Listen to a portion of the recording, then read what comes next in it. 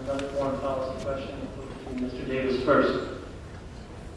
How do you define U.S. security interests where force is justified? You want that answer in 2 minutes?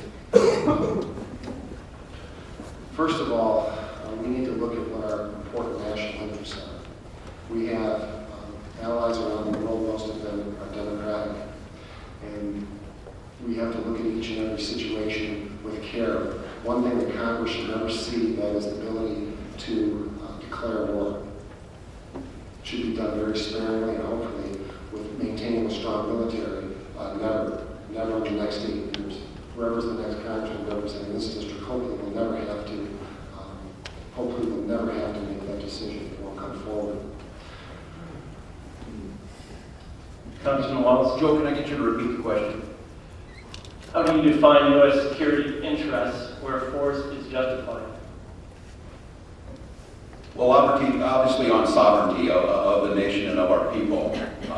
Force also justified in terms of, and I would agree with Dr. Davis on this, as extends to our allies, making sure our allegiances are strong, making sure they're mutually inclusive. I would always see it as the last resort, as many of us know it always should have been. And the effort and watching our policy overseas as it shifted towards a military policy and away from humanitarian policy and nation building and sanctions and other things, what we've seen is, and this is a very dangerous situation, I would challenge Dr. Davis on the security issue. We passed the 9/11 recommendations to secure our ports when we got there in 2007. The Bush administration had done nothing, and our ports, 98% of the cargo coming in was unchecked. I think the issue of nuclear proliferation is an issue that's there, and it may come up again in making sure countries like Iran are not able to access a nuclear weapon. But again, we have a policy in this administration that can't anticipate things ahead of time. We saw it in North Korea where we had seals, locks, and cameras on their nuclear facilities.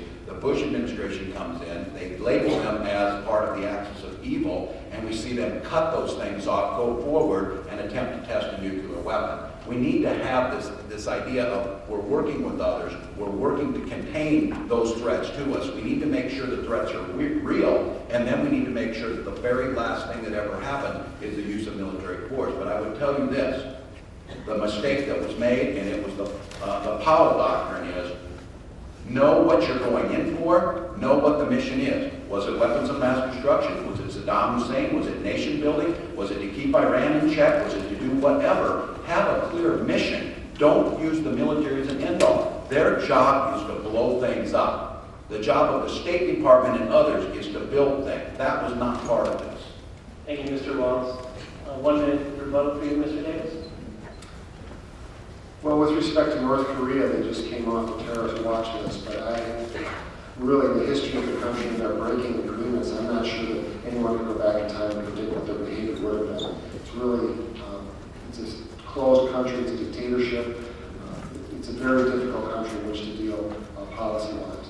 I think that we're having a change, really, in what our long-term threats are to our national security, and something that's always been. We have a resurgent and autocratic Russia.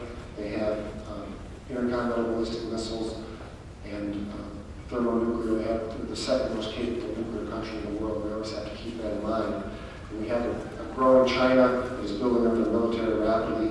These are really the countries which I think may pose a longer-term threat with the United States. But we constantly put our hands out to them to work with them and hope that we don't reignite an old Cold War. Thank you, Mr. Davis. Mr. Walz, 1 minute rebuttal.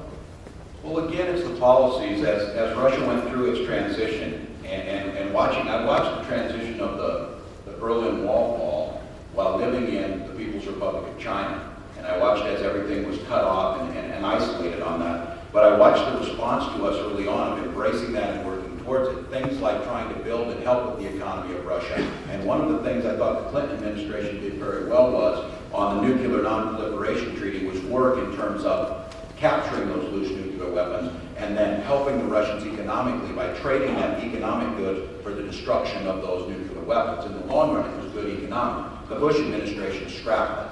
And what we ended up with is we had a free-for-all on the open market for the scientists and the technology that were out there. That's a real shift in the foreign policy. If you want to turn back to the foreign policies of the Cold War and the threats that are out there, That's what the Bush administration gave us, and I think that's what Dr. Davis is advocating. What I'm advocating for is engagement proactively to make sure that doesn't happen. Thank you, Mr. Walz. We will now move on to questions submitted by the audience.